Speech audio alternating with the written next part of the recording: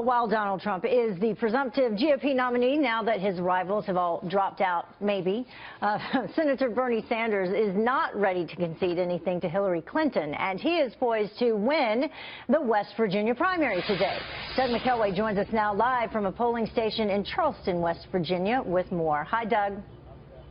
Hi, Heather. And if Bernie Sanders does indeed defeat Hillary Clinton in West Virginia today, it will be her second stinging defeat in the week, having lost Indiana last week. And then next week it is on to Oregon, whose very strong progressive streak bodes well for another potential Sanders victory there.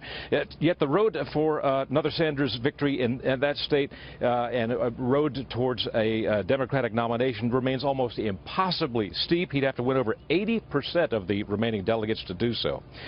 Here in West Virginia, the primary issue, as we all know, has been the war on coal, or the changing economy of coal.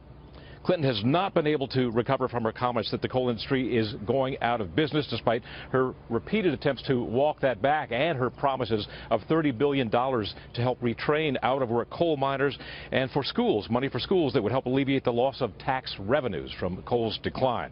Ironically, Bernie Sanders has a 6-point lead, according to the latest Real Clear Politics average of polls here in West Virginia, despite him being the most anti-fossil fuel candidate of any of the candidates. His economic populism message really seems to be resonating here.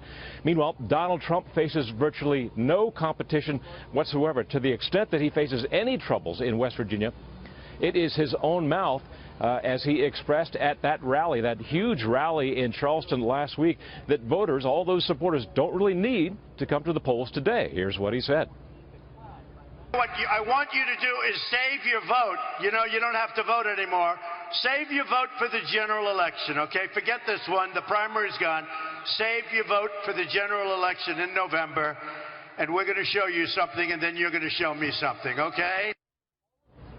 Well, Trump later walked that back. Apparently, at the time, he did not express or did not know that he still needs to claim the delegates.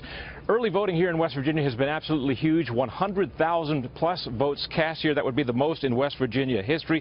It's going to be interesting to see if Donald Trump captures huge numbers in those early votes. It would certainly be a confirmation that this once very Democratic state has swung in the opposite direction as the changing economies of energy have really taken their toll here.